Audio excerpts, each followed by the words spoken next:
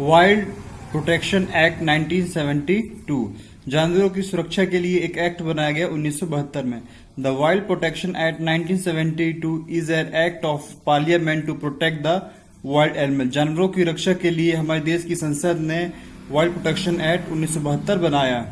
It provide protection to wildlife and birds. यह जानवरों और पक्षियों के लिए एक सुरक्षा का काम किया। यह जंगली जीवन और वहां पर रहने वाले पशु पक्षियों की सुरक्षा के लिए बनाया गया। Offence prescribe under the act are liable for highest penalties. इस अधिनियम के तहत उच्चतम दंड की व्यवस्था की गई। मतलब इस नियम को उल्लंघन करने के लिए अधिक कठोर से कठोर दंड देने की व्यवस्था की गई। It bans the hunting, trapping and capturing of wild life. इस नियम के तहत जानवरों को मारना, पकड़ना एक गैर कानूनी काम घोषित कर दिया गया। It restrict the trade off articles made of skin और अदर पार्ट्स ऑफ एनिमल। इस नियम के तहत यह व्यवस्था भी की गई कि जानवरों की चमड़ी और उनके पार्ट्स को भी ना बेचा जाए, या टोटली उस नियम के तहत इन शर्तों का प्रावधान किया गया कि जानवरों के पार्ट और उनकी स्किन को बेचना भी गैर कानूनी है।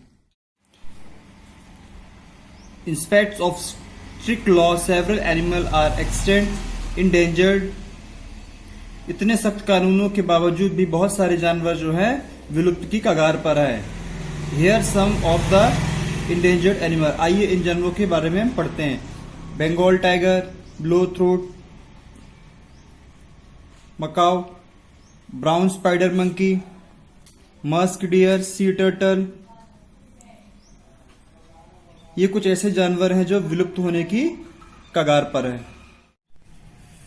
Endangered tigers. Bengal tiger is Indian national animal. Bengal का शेर हमारा राष्ट्रीय पशु है। By 2011 its population was less than 2500 with a decrease trend.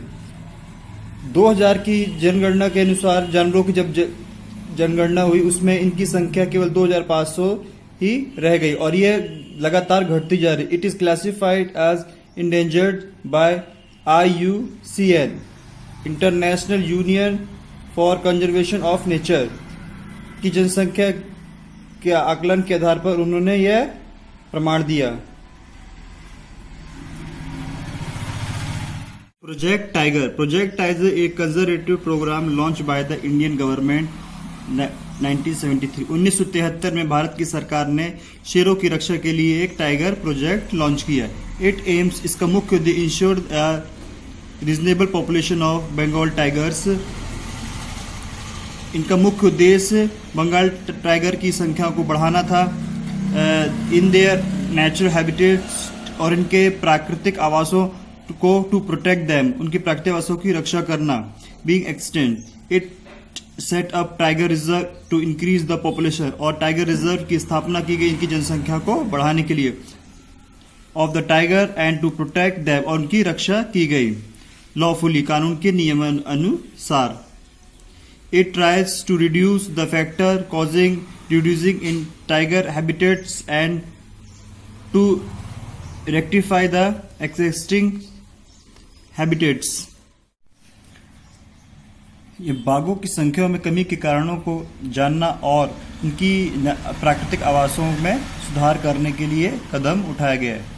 It ensure the safety of the tiger for economic, cultural, aesthetics and ecological value. It create various tiger reserve in area that are free of all human activities.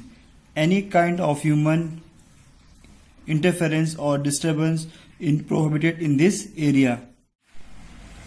यह आर्थिक, सांस्कृतिक, सौंदर्य शास्त्र और पारिस्थितिक मूल्यों के लिए बाघों को सुरक्षा प्रदान करता है।